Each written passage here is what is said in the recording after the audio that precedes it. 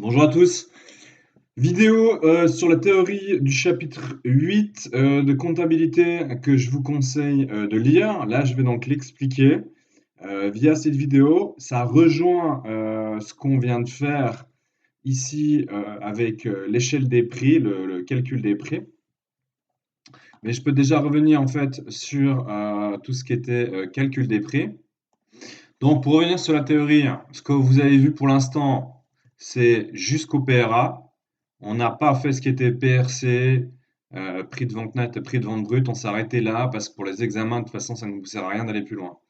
Donc, concernant l'échelle des prix, l'échelle des prix, c'est entre le moment où vous achetez chez le fournisseur qui peut être à l'étranger. Là, souvent dans nos exercices, le fournisseur est à l'étranger. Donc, on partait du prix d'achat brut et on allait jusqu'au prix de vente brut, donc au prix de vente dans nos magasins en Suisse. Pour cela, il fallait donc ramener les marchandises. C'est pour ça qu'ici, il y avait des frais d'achat. On avait vu les différents frais d'achat, on va revenir dessus. Et donc, ça rejoint le thème des circuits de distribution que vous avez vu en 9e année. Donc, ce qu'on a fait toujours dans les exercices, c'est déterminer le poids net. Donc, c'était le poids brut moins tout ce qui était les emballages, tard sur tard, ce que vous avez compris. Et ici, le brut pour net, c'est-à-dire que on mettait le poids de l'emballage euh, dans le poids brut. Donc, on contracturait la marchandise justement avec l'emballage. Ensuite, donc, dès que vous avez déterminé votre poids brut, vous avez enlevé tout ce qui était emballage, vous avez votre poids net, qui va vous servir justement à calculer le prix d'achat brut. Donc, vous aurez toujours le prix de votre marchandise ici fois le poids net. Donc ça, c'était souvent dans les exercices. Concernant les réductions sur le poids, bon, il y avait le bon poids, justement. C'est pour les pertes de valeur dans tout ce qui est vente au détail. Il y avait le coulage, c'est tout ce qui était sur les liquides. Et la réfaction, c'est les impuretés, par exemple, euh, sur tout ce qui était pas les- comment dire, les aliments où il y aura une petite partie, par exemple, qui est périmée, qui n'est pas pure. Ensuite, le prix d'achat net, vous partiez de votre prix d'achat brut et vous enleviez toutes vos réductions. Il y avait ces 4 types de réductions, l'escompte parce qu'on paye rapidement, rabais parce que la marchandise était de moins bonne qualité ou qu'elle est obsolète, par exemple dans la mode, si on fait un rabais parce que vous prenez des habits de la collection de l'année passée. Remise, ça c'est dans le cas où vous achetez en grande quantité. Et ristourne, ça c'est ce que votre fournisseur vous verse à la fin de l'année parce que vous êtes un client fidèle. Voilà. Donc là, avec ce prix d'achat net, c'est le prix de la marchandise chez le fournisseur, elle est encore chez lui. Maintenant, il faut ramener la marchandise. Donc, il faudra rajouter des frais d'achat pour avoir notre prix de revient d'achat. Et le prix de revient d'achat, c'est la marchandise en Suisse dans les entrepôts. Donc, les différents types de frais qu'il y a pour rapatrier la marchandise en Suisse, il y a des frais liés au poids. On a vu tout ce qui était les frais de transport, camions, avions, etc. La manutention, ça c'est le chargement et déchargement de la marchandise. Et les frais de douane, parce qu'on doit faire entrer la marchandise en Suisse. Et ces frais sont relatifs au poids, donc kilos, tonnes ou quintaux. Euh, il y a les frais encore liés à la valeur. On a vu la prime d'assurance, c'est en fonction de la valeur de votre marchandise. Vous allez payer la prime qui sera fixée en fonction de la valeur d'assurance. Ça vous l'avez vu et revu dans les exercices. Il y aura une TVA à payer et également peut-être des commissions pour notre intermédiaire, par exemple en Chine, vu que nous ne parlons pas le mandarin, par exemple, qui a négocié pour nous. Et peut-être aussi des frais bancaires. Donc ça, c'est tous les frais liés à l'achat pour rapatrier la marchandise. La valeur d'assurance, vous savez ce que c'est la valeur auquel vous assurez votre marchandise s'il arrive un pépin. Et la prime, c'est la facture que vous allez payer à votre assureur. Comme quand vous assurez une voiture, la prime d'assurance, par exemple la Zurich Assurance, c'est la facture. Et la valeur d'assurance, c'est la valeur de la voiture de vos parents. Par exemple, s'il arrive un pépin, ou si elle est détruite ou elle brûle, ce sera remboursé à la valeur d'assurance. Et chaque année, eux, ils payent une prime. Ensuite, il y a des Incoterms que je mettrai en ligne. C'est pour savoir qui va payer, qui payera les frais, mais ça, je vais justement vous les expliquer. Je vais peut-être vous les expliquer même maintenant. Donc, ça, c'est ce qu'on appelle les Incoterms, donc généralement, c'est ce que les professionnels utilisent pour savoir qui doit payer quoi. Nous, on partait toujours du principe ici, buyer, en anglais, ça veut dire l'acheteur, payait tous les frais ici relatifs tous les frais d'achat relatifs au poids et à la valeur, frais de transport, etc. Ici, on voit qui paye le fret, par exemple, si vous ramenez votre marchandise par avion, les frais de port, tout ce qui est ici la douane, justement. Et ici, c'est celui qui vend, par exemple, il paye juste, il est en charge justement de faire le packaging, donc c'est-à-dire l'emballage. Et après, c'est vous, en tant qu'acheteur, que vous allez tout payer. Si, par exemple, vous êtes dans ce cas-là, le CPT, par exemple, ici, là, on voit, c'est le vendeur qui va payer une partie, par exemple, du transport, parce que vous êtes mis d'accord, vous avez utilisé le CPT, et en faisant mention du CPT, vous n'allez payer que ces charges ici, et lui payera justement tout ce qui est là. Donc, et ces Incoterms, ça c'est ceux de 2020, c'est comment se répartir les frais. Donc, peut-être votre fournisseur de bananes, il va payer une partie des frais, et peut-être que vous, hein, vous allez payer l'autre partie des frais, tout ce qui est en Suisse. Donc, c'est ce qu'on appelle ici les Incoterms. Je ne vais pas vous demander de savoir ça pour le test, c'est pas à l'examen, mais c'est pour votre connaissance générale que vous puissiez justement savoir où vous vous trouvez et ce que vous devez payer. Ensuite, on va retourner ici. Donc, on est arrivé sur le PAN, vous rajoutez tous les frais. Donc, le PAN, c'est le prix de la marchandise chez votre fournisseur. Après, tous les frais pour rapatrier les marchandises. Si vous additionnez ça au PAN, ça vous donne votre PRA. Donc, c'est le prix de la marchandise chez vous, dans l'entreprise. Ensuite, les coefficients ici, ben, c'était les coefficients qui vous permettent de déterminer pour une future commande à peu près à combien euh, euh, va se monter la future commande. C'est pour donner une estimation de la future commande si vous devez recommander avec un nouveau poids, par exemple, ou une nouvelle valeur. Ça va vous donner un nouveau PAN. Grâce au coefficient sur la valeur, vous allez pouvoir savoir à peu près à combien se montent, par exemple, les frais sur la valeur. Donc, c'est à peu près tout. Justement, on n'a pas fait ce côté PRC. On ne le fera pas parce qu'on n'a malheureusement pas le temps. Donc, ça, c'était tout ce qui était lié à la théorie, justement, par rapport à l'échelle des prix. J'espère que vous avez plus ou moins compris. Donc, c'est vraiment, on commence par le poids, poids brut, on a le poids net. Avec notre poids net, on détermine notre prix d'achat brut, auquel on va enlever toutes nos réductions. Et ensuite, on aura notre prix d'achat net. Et donc, dès qu'on a ce prix d'achat net, il faut encore rajouter tous les frais sur la valeur et sur le poids pour rapatrier la marchandise et on aura donc le PRA. Voilà, on ne va pas aller plus loin en ce qui concerne le calcul de prix. Maintenant, le chapitre 8 de comptabilité rejoint justement le calcul des prix, on verra pourquoi. Donc, ici, les opérations d'exploitation. Alors, une entreprise a trois types de flux, ce que normalement vous avez vu en 10e année. On a ce que les opérations de financement et d'investissement. Les opérations de financement, c'est où est-ce que l'entreprise a trouvé de l'argent, du financement. Donc, elle a pu le trouver par la banque, par un emprunt, par les fournisseurs, par quelqu'un qui vous a prêté de l'argent. Donc, tout ce qui est opération de financement, c'est toutes les comptes du passif. Opération d'investissement, c'est tout ce qui était actif dans lequel vous avez investi de l'argent. Ça peut être un véhicule, ça peut être le compte bancaire, ça peut être des machines. Ce sont tous les actifs qui vous servent à faire fonctionner votre entreprise. Donc ici, on voit acheter des biens d'équipement nécessaires à son fonctionnement. Ça, c'est investissement. Financement, c'est trouver l'argent, c'est le passif. Et investissement, c'est l'actif. C'est ce, euh, ce qui vous permet justement de fonctionner. Ensuite, le troisième type d'opération, c'est achat et vente de marchandises. Donc, tout ce qui est achat, ce sont des charges, et vente de marchandises, ce sont des produits. Et ça, c'est lié à l'activité de votre entreprise. Là, l'entreprise fonctionne. Ça va influencer votre résultat, donc votre bénéfice ou votre perte. Ensuite, les opérations de paiement et de remboursement, ça c'est tout ce qui est lié à la trésorerie. C'est juste un client qui vous paye ou vous qui remboursez un fournisseur, tout simplement. Ça tourne. Donc, ce qui est important justement ici de savoir, c'est que tout ce qui est lié au chapitre 8, c'est les opérations sur marchandises. Donc, vous allez utiliser les comptes de stock, achat et vente. Ça va être les comptes qu'on va utiliser, qu'on va traiter, puisqu'il y aura une particularité. Donc, ça, c'est les trois types de comptes que vous connaissez. Stock, c'est un compte d'actifs. Vente, produit, vu que c'est un moins plus. Et ici, c'est un compte de charge, c'est un plus moins. Actif, charge, produit. Donc, le compte de stock.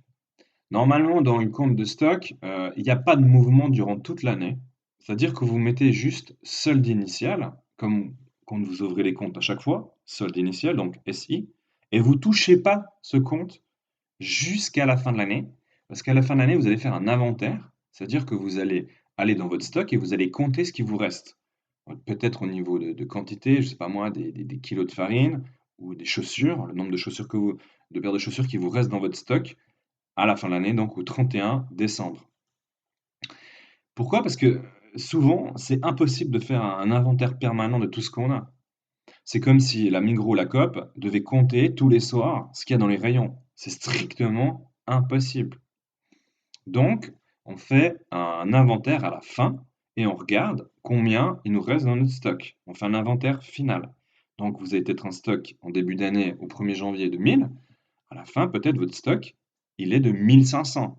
Donc, ici, vous devrez mettre une écriture augmentation du stock de 500. Si c'est l'inverse, si l'inventaire initial est de 2000 et l'inventaire final de 1500, dans ce cas-là, ça veut dire que votre stock a diminué. Donc vous allez mettre à droite diminution du stock, 500. Vous aurez 2000, 1500 plus 500. Donc ici, 2000 comme totaux. Ensuite, là, on vous explique un peu le principe de base, comme je viens de le dire ici. Par exemple, si on reprend l'exemple que j'ai pris avant, ici on a un stock de 2000, un stock de 1500, donc on a une diminution de 500, c'est-à-dire qu'on a été pioché dans le stock. Par exemple, si on prend le cas de chaussures, on a été pioché pour 500 francs de plus parce qu'on a plus vendu que ce qu'on avait. On a fait peut-être des achats tout au long de l'année, mais finalement, quand on compte le stock à la fin, il a diminué de 500. Donc finalement, on a tout ce qu'on a acheté, on a vendu, et encore, on a dû aller piocher dans le stock 500. Donc le stock final a diminué de 500. Il est passé par exemple de 2000 à 1500. Et si c'est le cas inverse, notre stock est de 1500 et il passe à 2000, donc forcément, ici, le stock a augmenté de 500. Donc finalement, on a moins vendu que ce qu'on a acheté. C'est logique. Vu qu'on n'a pas réussi à vendre tous nos achats, bah, il nous en reste un peu plus à la fin de l'année. Donc, notre stock a augmenté de 1500 à 2000. Donc, les écritures ici à passer. Donc, on a vu que dans le cas d'un achat, on va toucher stock et achat. Et ça, c'est ce qu'on fait comme inventaire à la fin de l'année. Donc, inventaire ici initial au 1er janvier 25 000, à la fin 22 500. Donc, votre stock a diminué. Donc ici, diminution du stock, 2500. Et en fait, vous allez virer à achat 2500. C'est-à-dire que vous avez réussi euh, à vendre tout ce que vous avez acheté, plus encore, vous avez dû piocher dans votre stock 2500. Et en fait, ce solde, donc, vous l'avez viré ici à achat. C'est toujours un droite-gauche ou gauche-droite, hein. Donc ici, si on diminue le stock à droite, à gauche, on fait cette écriture. Donc ça veut dire ici que achat va augmenter de 2500. Ici, c'est l'inverse. Votre stock initial a augmenté. Donc vous allez mettre ici augmentation du stock, parce qu'il faut que les totaux en bas soient égaux. Donc si vous mettez à gauche, vous allez mettre ici à droite. Donc vos achats ont diminué. Ensuite, c'est vrai que c'est pas évident à comprendre. Donc là, c'est un résumé en fait du compte stock, comment est-ce qu'il fonctionne. Vous avez inventaire initial, inventaire final. Si c'est une augmentation à gauche, ça va diminuer vos achats. Et si c'est une diminution du stock, ça va aller ici à gauche de achat. Donc on a ici le cas d'une diminution et là le cas d'une augmentation. Donc le compte achat, moi je vais peut-être revenir ici avec un graphique en fait. Alors je vais vous faire un raisonnement par l'absurde. En fait, je vais vous montrer ce qui se passe si on ne fait pas cette écriture. C'est-à-dire que, admettons qu'au début de l'année, vous avez un stock de 10 000. Admettons, vous faites des achats, vous avez des paires de chaussures pour 30 000. Donc en 2018, on part du principe que vous avez ici un achat, par exemple, de 30 000 francs et ici un stock de 10 000 et vous comptabilisez ici 10 000, donc vous avez à la fin de l'année 10 000 que vous allez virer au bilan et ici 30 000. Admettons que vous avez fait des ventes, vous n'avez fait aucune vente, elles sont à 0. Donc, si théoriquement j'ai eu 30 000 francs d'achat, ce solde, mince, il est viré à RDEX, RDEX. Donc, logiquement, vente sera virée à RDEX et ici, votre résultat, ben, ça sera moins 30 000 francs. Si on part de ce principe, hein, vous avez des charges, vos ventes ce sont 0, votre résultat, ça sera moins 30 000 francs. En 2019, vous n'avez pas fait d'achat, votre solde, il est toujours de 10 000, à la fin, il est de 10 000, et vos achats, vous en avez fait 0. Donc, les ventes, également 0. Donc, votre résultat est de 0. 0 achat, 0 vente, RDEX est à 0. Et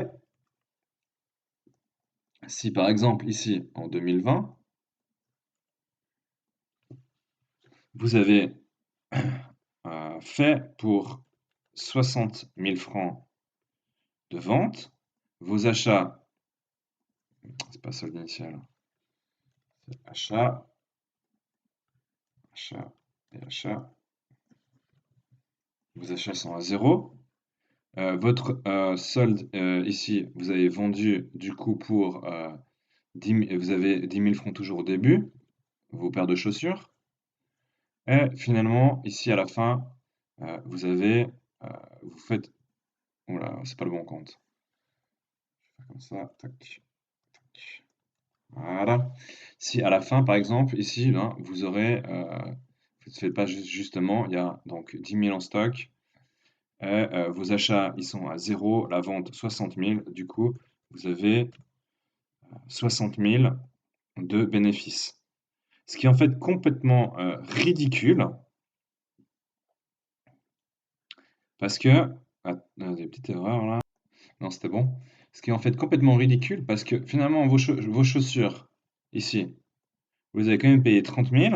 Si vous les vendez, vous les vendez à 60 000, du coup, vous avez un résultat positif de 30 000. Allez, on va dire 80 000 pour mieux comprendre. Du coup, ça veut dire que, en gros, le bénéfice que vous avez fait sur la vente de vos chaussures s'élève en fait entre 30 000 et 80 000, donc vous avez fait un bénéfice de 50 000. Mais ces chaussures ont été elles ont été achetées en 2018 et elles vous ont coûté 30 000 francs et vous avez vendu en fait pour 80 000. Donc en fait, ça, en ne faisant pas ces ajustements sur le stock, ça provoque en fait une distorsion. C'est-à-dire que vous aurez une grosse perte cette année, mais en fait, vous n'avez pas fait de perte. C'est ça qui est faux. Vous n'avez pas fait de perte. Pourquoi? Ces chaussures, elles n'ont pas été jetées à la poubelle. Vous les avez gardées à la fin de l'année 2018, vous les avez gardées en 2019 et vous l'avez gardé en 2020 et en 2020, vous les vendez. Donc, dire ici qu'on a fait une perte, c'est faux. Et finalement, ici, le bénéfice, il n'est pas de 80 000, mais plutôt de 50 000 francs. Donc, si on ne fait pas l'écriture d'ajustement sur le stock, dans ce cas-là, tout est faux. Donc, c'est pour ça que, par exemple, ici, si vous avez acheté pour 30 000, donc finalement, vous n'avez rien vendu, d'accord, vente zéro. Donc ici, finalement, quand vous faites votre inventaire à la fin de l'année, c'est 40 000. 40 000. Et puis, ici, il faut mettre ici augmentation du stock pour 30 000. Et ici, cette augmentation du stock, vous allez le mettre ici, coller à côté. Et finalement, ici, on voit le RDEX, il est à 0. Donc, c'est-à-dire que si vous avez fait 0 vente, et finalement, votre compte achat, charge, il est à 0, donc votre bénéfice sera de 0. Pourquoi? Parce que vous n'avez pas perdu de l'argent, parce que vous avez acheté des chaussures qui finalement vont rester en stock, que vous allez peut-être vendre en 2019 ou en 2020. Et finalement, cet achat de chaussures n'est pas une charge, c'est une augmentation du stock. Donc, vous devez modifier le compte charge, enlever ces 30 000 francs qui est en plus dans le stock. Ici, on voit gauche, droite. Donc, en fait, vous ajustez votre stock. Ici, finalement, le montant, hop, oula, une petite erreur là. Il est de 40 000. Ici, 40 000. Et en fait, vous avez ajusté votre stock. Votre stock a grandi. C'est des achats que vous avez fait durant l'année que vous n'avez pas pu vendre. Donc, ce n'est pas une charge. Ça va rester l'année suivante. Donc, votre stock a augmenté. Et finalement, votre compte charge, ben, il a zéro. Parce que cette marchandise, vous la gardez pour l'année suivante. Et vous avez rien vendu. Achat zéro, vente zéro, finalement bénéfice zéro. Ensuite, l'année suivante, ben, achat, vous avez fait zéro achat. Votre stock, il est de 40 000 au début de l'année et 40 000 à la fin. Et vos ventes zéro, donc votre résultat zéro. Là, on est bon, aucun souci. Ensuite, et ben là, ce qu'on va faire, c'est que finalement, en 2020, vous n'avez rien acheté. Par contre, il y a toujours vos chaussures ici de 2018 que vous avez, parce que le solde se monte à 40 000. Et donc, finalement, ben, vous allez vendre ces chaussures que vous avez achetées ici 30 000 francs. Hein, ici, vous avez acheté 30 000 francs que vous avez toujours en stock. Donc, votre stock, il va diminuer de 30 000 francs vu que vous avez vendu ces paires de chaussures. Et donc, vous avez ici, si on voit, une diminution du stock. Bon, votre stock est passé de 40 000 en début d'année à 10 000. Donc, vous allez écrire ici diminution du stock. Il a diminué de 30 000. Donc, on voit le solde 40 000. Et ensuite, donc, vu que c'est ici à droite de stock, vous allez mettre à gauche de achat, ici. Vous allez mettre cette variation du stock 30 000. C'est comme, en fait, vous utilisez ici l'écriture achat que vous aviez faite en 2018 et que vous l'utilisiez finalement en 2020. C'est la même écriture. Donc, on voit que le compte achat, même si vous avez fait zéro achat durant l'année, le fait de mettre diminution du stock, ça vous met un compte qui sera finalement de 30 000 francs. Donc, c'est combien vous ont coûté ces chaussures. Donc, vos ventes, elles sont à 80 000. Et donc, le résultat, si on prend vente 80 000 moins le solde du compte achat, finalement, ça fait 50 000. Donc, c'est exactement ce qu'on cherchait. Donc, si on regarde en 2018, vu que vous n'avez rien vendu et que finalement vos marchandises sont passées en stock, ici, le bénéfice est de zéro, le bénéfice est de zéro, bah oui, forcément, vu que vous n'avez rien vendu, il n'y a pas non plus de perte, vu que vous n'avez rien perdu, vu que la marchandise, elle est passée d'année en année. Et finalement, ben, l'impact dans le compte achat aura lieu ici, en 2020, parce que c'est à ce moment-là que vous allez en fait vendre vos chaussures. Et ici, on voit finalement, ben, le résultat, il est correct. Le fait de faire ces diminutions et augmentations de stock, ça permet en fait de corriger le compte achat en fait sur le bon exercice. Finalement, on voit que ces 30 000 francs de chaussures, c'est comme si on les avait achetés en 2020. Pourquoi ça sert de faire ça? Ben, comme ça, on aura un résultat qui est correct. C'est-à-dire ben, que ces chaussures, finalement, euh, l'achat des chaussures, c'était pas une charge, parce qu'une charge, c'est quelque chose qui disparaît en fait. On a vu, une charge, et après l'utilisation, ça disparaît. Là, dans achat, c'est pas, les chaussures n'ont pas disparu. Elles ont simplement passé de 2018 à 2019 jusqu'à 2020. Et ça nous permet justement en fait d'entrer en ligne de compte et de mettre cet achat en 2020 et d'avoir un résultat qui est correct. Donc si on revient ici à la page 124, on vous parle du compte achat, ce qu'il y a dans le compte achat. Bah, dans le compte achat, vous avez tout ce qui est les achats de marchandises. Donc, soit vous payez cash, soit à crédit. Ça va toujours toucher ici plus achat vu que c'est une charge. Et ici, à droite, vous aurez le compte moins, donc tous les retours de marchandises que vous faites à vos fournisseurs pour les marchandises qui sont non conformes. Donc, vous diminuez vos achats vu que vous retournez de la marchandise. Quand vous faites des achats, les comptes le plus souvent qui sont touchés, c'est bah, achat forcément, caisse si vous payez en cash, compte fournisseur si vous achetez à crédit, donc sur facture, et puis les comptes souvent poste et banque. Voilà. Donc un compte achat, vous savez comment ça fonctionne. Donc si on achète à crédit ici de 7640, ben, vous mettez 7640 ici. Ici, vous augmentez votre compte fournisseur parce que vous devez plus d'argent au fournisseur parce qu'il vous a fait une facture, 7640. Donc achat à crédit ici, plus achat, plus fournisseur. Ensuite, ici, on vous dit qu'il y a un retour de marchandises. Peut-être que vous devez retourner les marchandises qui ne sont pas conformes. Donc forcément, ben, vous devez diminuer votre compte achat et diminuer votre compte fournisseur. Le montant que vous devez au fournisseur va diminuer vu que vous lui retournez de la marchandise. Ensuite, maintenant, c'est tout ce qui est lié aux frais d'achat. Donc ça rejoint en fait le chapitre de l'échelle des prix. En fait, en économie, tout est lié droit, comptabilité et puis calcul économique. Donc on rejoint ici tout ce qui était échelle des prix. Donc ici, on aura tous les frais d'achat pour ramener la marchandise. Comme type de frais, on a vu qu'on a les frais de transport. Donc c'est souvent la charge de l'acheteur, comme on avait discuté précédemment. On a la douane, on a l'assurance, donc la prime d'assurance. On aura peut-être des pertes de change. Peut-être qu'on aura des commissions, ici les frais de traduction, hein. Ça, c'est les commissions, donc souvent, c'est des frais liés à la valeur. Donc, ici, si par exemple, vous avez des frais de transport ici de 890, donc vous mettez plus dans achat, parce que ça va augmenter la- vos achats, et plus dans fournisseur, parce que c'est le fournisseur peut-être qui doit payer à la société de transport 890.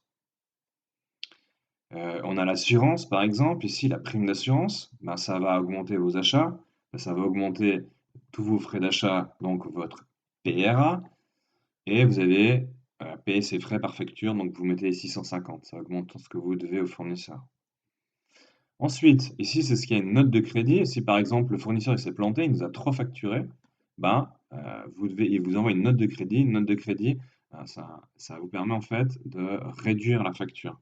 Donc si votre facture finalement, elle a été facturée de 150, finalement il s'est planté, elle était de 15 francs, la différence entre 150 et 135 c'est 15 francs.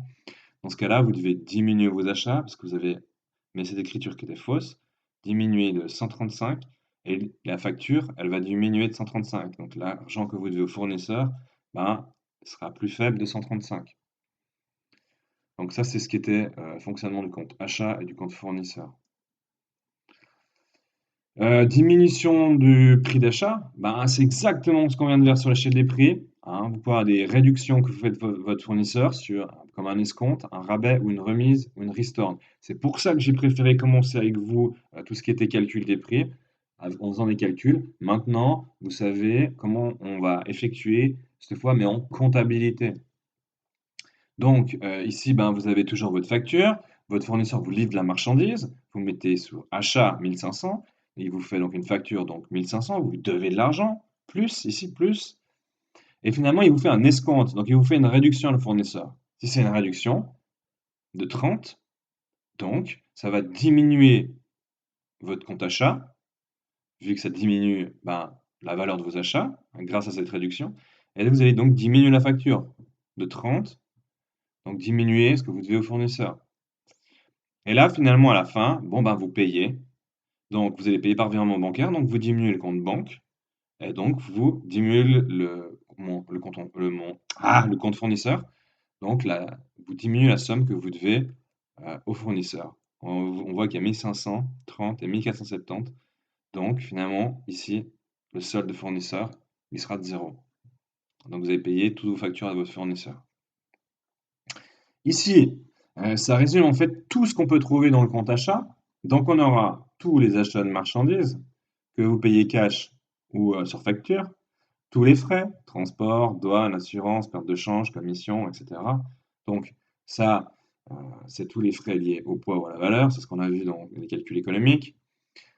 Ici en moins, vous aurez tous les retours de marchandises sur vos achats que vous devez retourner aux fournisseurs, qui ne sont peut-être pas conformes, donc vous allez diminuer vos achats.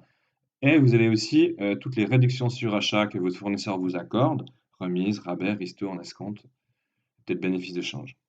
Et finalement, le solde de ce compte, il ne s'appelle pas solde final viré à RDEX, on va l'appeler CAMV. Pourquoi on l'appelle CAMV? Parce que ça veut dire coût d'achat des marchandises vendues. Ici, coût d'achat des marchandises vendues. CAMV. C'est-à-dire combien vous ont coûté vos marchandises à l'achat, celles que vous avez vendues. Et c'est pour ça, si je reviens ici, que on a fait ici ces diminutions, ces augmentations de stock, parce qu'en fait, le compte achat, il compte la valeur de combien ça vous a coûté lorsque vous vendez. Ici, on voit que finalement, le compte achat, il a 30 000 au moment où vous vendez la marchandise. Ici, ben, il a 0. Vous avez peut-être fait des achats, mais on a dû faire un ajustement parce que vous n'avez pas vendu la marchandise que vous avez achetée. En fait, le compte achat, il comptabilise la valeur de la marchandise euh, que vous avez achetée au moment où vous l'avez vendue. C'est à ça que ça sert. Si on n'avait pas fait les ajustements ici, on aurait 30 000, ça aurait été faux, comme je vous ai dit avant, parce que cette marchandise, on l'a pas vendue. Elle passe sur l'année suivante. Et du coup, on a aussi les diminutions et augmentations de stock, comme je viens de vous expliquer avant. Donc, diminution à gauche du compte achat et augmentation ici à droite. Donc ça, c'est le fonctionnement du compte achat. C'est tout ce qui est lié à achat, ce qu'on vient de voir. D'accord? Et maintenant, on passe à vente, qui a le compte vente, qui a à peu près le même raisonnement.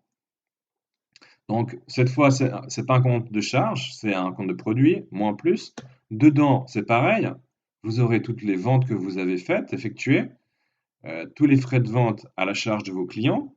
Donc, quand par exemple vous avez des frais, des transports et que c'est pas vous qui devez payer le transport euh, chez votre client, vous allez facturer ça au client. Vous allez mettre ici dans plus vente parce que vous allez facturer ça au client. C'est comme si vous avez fait des ventes supplémentaires. Et ici, ben ça, c'est tous les retours de marchandises de vos clients parce qu'ils ne sont pas satisfaits. Donc finalement, bah, c'est des ventes en moins que vous avez faites. Vous devez diminuer vos ventes parce que vos clients vous retournent la marchandise. Et dans le cas d'une vente, on aura ici les comptes qui sont touchés, vente forcément, caisse si vos clients vous payent cash, client parce que vous avez fait des ventes à crédit, ils ne vont pas vous payer tout de suite, ils vont vous payer sur facture, et les comptes poste, banque si les clients vous payent sur la poste à la banque. Ici, on a des exemples. Donc ici, on a par exemple la A, c'est de la marchandise qui a été vendue pour 12 720. Donc à crédit, vos clients vous payeront plus tard. Donc ils vous doivent de l'argent. Donc plus, là les clients vous doivent de l'argent, plus. Donc 12 770, ça augmente en vente et ça augmente en client.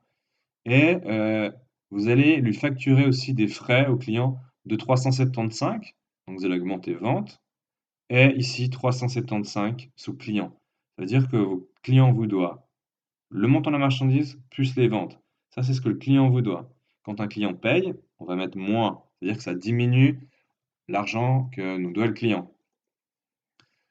Ensuite, bah finalement, notre client là, il n'est pas content, il nous renvoie de la marchandise pour 974. Donc finalement, bah, nos ventes vont diminuer parce qu'on a un retour de marchandise. Et ça diminue aussi l'argent, ce que nous doit le client.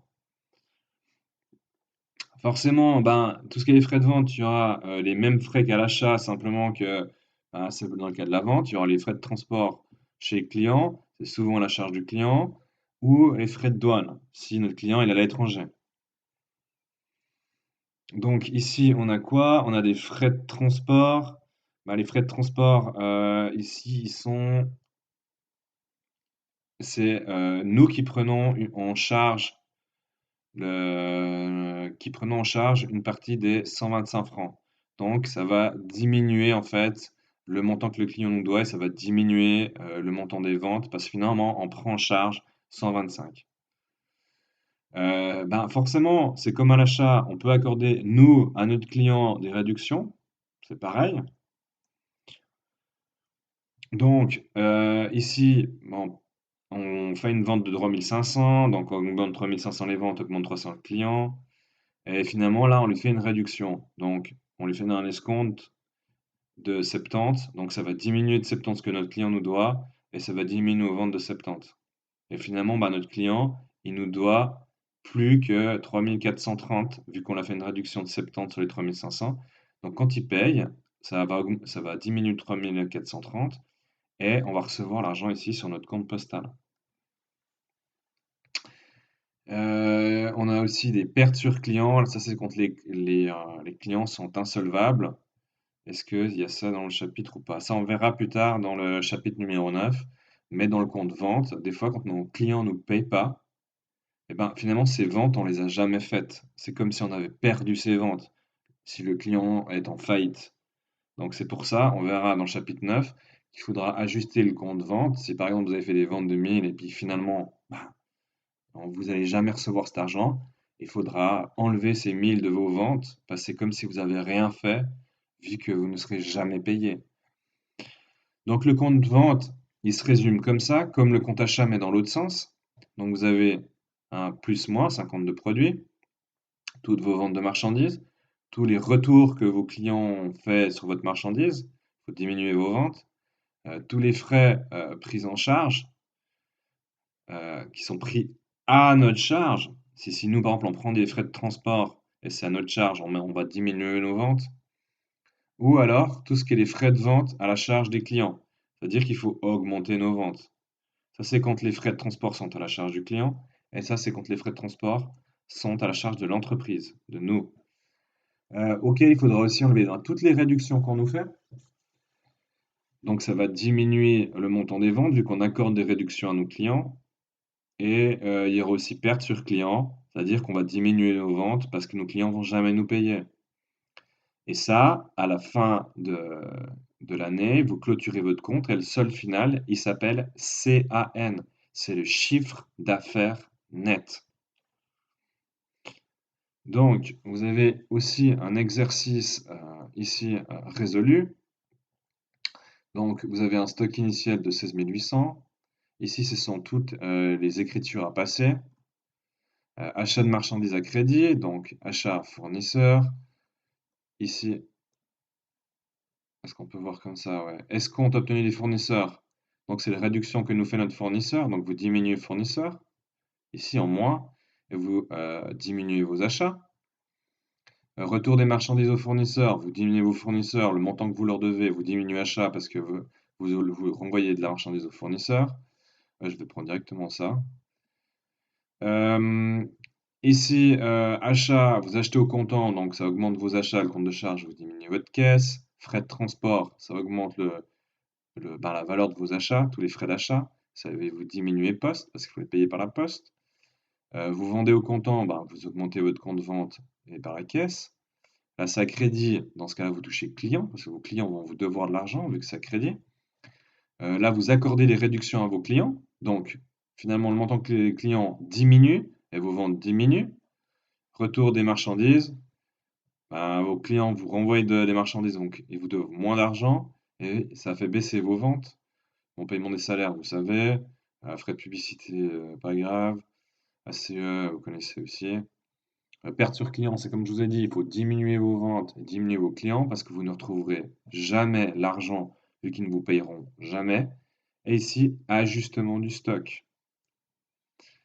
Ici, donc vous avez toutes les écritures. Ça, c'est l'ajustement du stock. Il y a une augmentation du stock, on voit.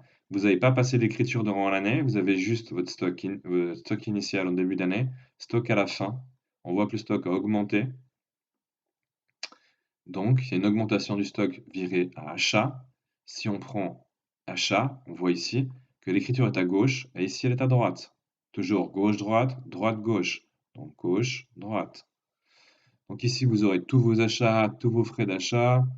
La 6, c'est quoi? C'est les frais de transport aussi. Donc frais de transport, frais d'achat, les achats, le montant de vos achats. Et ici, à droite, vous aurez donc toutes les réductions que vous avez obtenues de vos fournisseurs, les retours de marchandises aussi, et ici, l'augmentation du stock. Donc ça va vous donner des achats de 41 200. Bon, salaire, publicité, pas besoin, ça non plus. Ce qui nous importe, c'est ça, c'est le compte vente. Compte vente, il y aura toutes vos ventes que vous avez effectuées, moins tous les frais peut-être qui sont à votre charge, et peut-être moins aussi les réductions que vous avez accordées à vos clients. Et ici, ils ont oublié le compte client et fournisseur, c'est vraiment dommage. Donc, vous virez ces soldes, ce solde ici qui s'appelle CAMV et celui-ci qui s'appelle CAN. CAMV, c'est coût d'achat des marchandises vendues, et ici CAN, chiffre d'affaires net. Vous allez virer ici à vente, CAN, et ici à achat. Et ici, ben, vous allez virer votre salaire, publicité, loyer, SCE, comme vous avez l'habitude de faire. Et ça va vous donner soit un bénéfice, soit une perte d'exploitation.